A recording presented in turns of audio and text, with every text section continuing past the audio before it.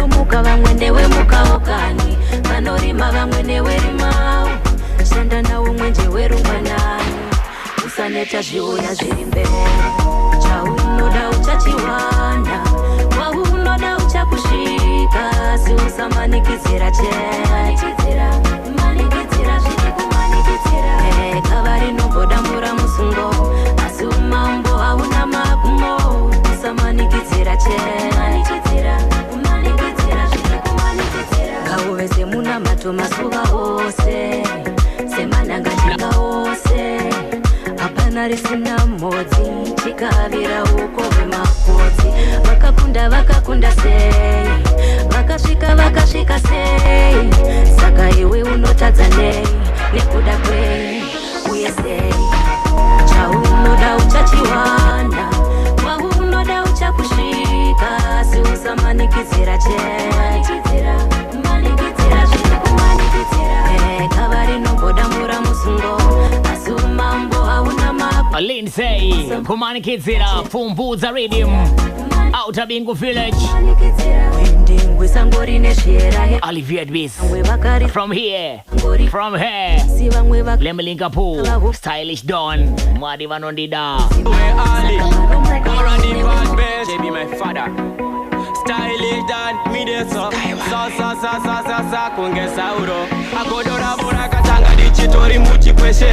Ede zakaoma hazina kumira mushe. Vanondivengera simba runoita ndipushe. Asimina mato andimire kukusha.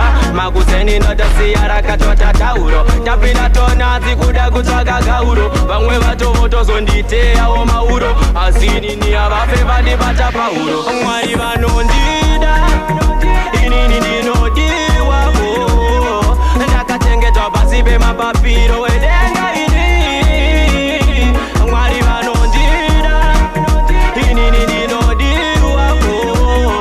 Ndakachengetwa pasi pemapapiro edenga ini. Abadikona ndiri patop kunge adiwe kugaza.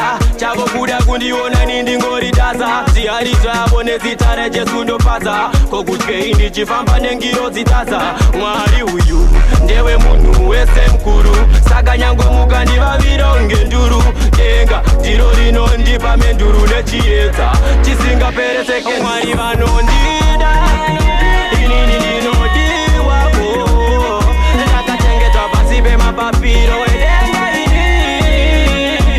Mwari vanondida, inini ndinodiwa. Ndakachengetwa pasi pemapapiro edenga ini. Akodora bona katanga dichitori muchi kweshe. Ende zvakaoma hazvina kumira mushe. Vanondivengera simba runoita ndipushe. Asi mina mato andimire kukusha. Makuseni ndatasiya rakatota tauro. Tapinda tona zikuda kutsvaga gauro. Vamwe vatovotozonditeyawo mauro. Asinini avafe vandibata pauro. Mwari vanondida, inini ndinodiwa. One Stylish Dawn. Zibe mapapiro Chonta Mwari Vanondida. The Pfumbudza Rhythm. From him, Lemlinga Pool, King Utani. Chonta do Difurirei. We dance ale, alleviate your dance ale. Vakuru vakati haungateruke usina kulikwira gata unonyepa. Ikana ukashingirira chaunoda unochiwana iwende unosvika. Chikubira vanokupa kana ukagogodza musiwo vanosarura. Chinge vangodana tete vanongokudaira. Well ndivhurire inzira kuti panditadadaisha vamwe ndibate ndinobadika ndidi kutambura. Ndoda kusvika kwakasvika vamwe. Ndiratidze igwara kuti panditamba maisha vamwe ndifambe muchiedza ndidi kurasika. Ndoda kusvika kwasvika vamwe. Midipani kuti uri pakurezedza unototanga wapambira.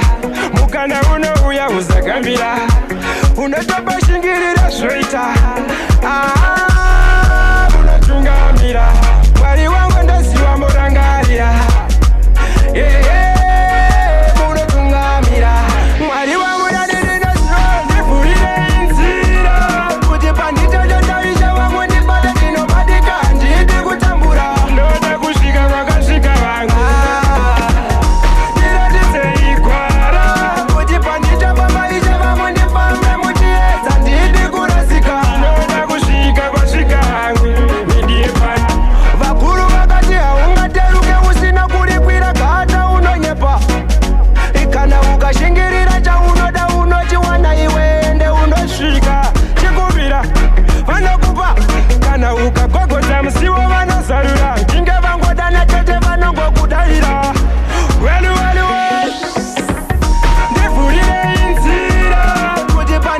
King Utan in the 40 day. Nobody can do Zira from him. This is Monya Ross and Shanaz.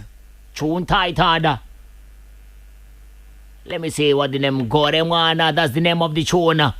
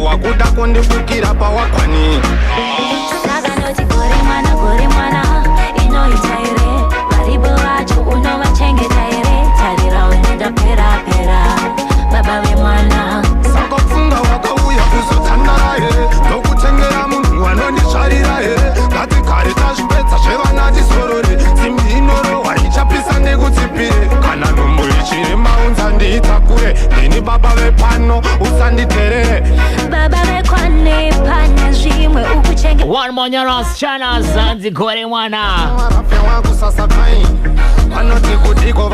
Yeah man, read him called the Fumbuza, read him.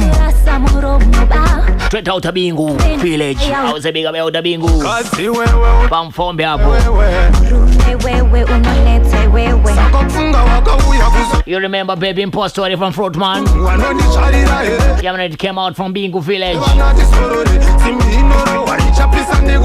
Maintaining, they are maintaining.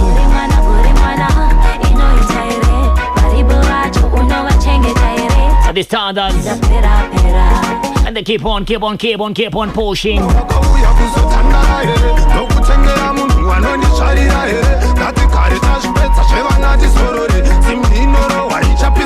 The ghetto Utasal. So it's a large up to the village, to the Bingo Village Studios.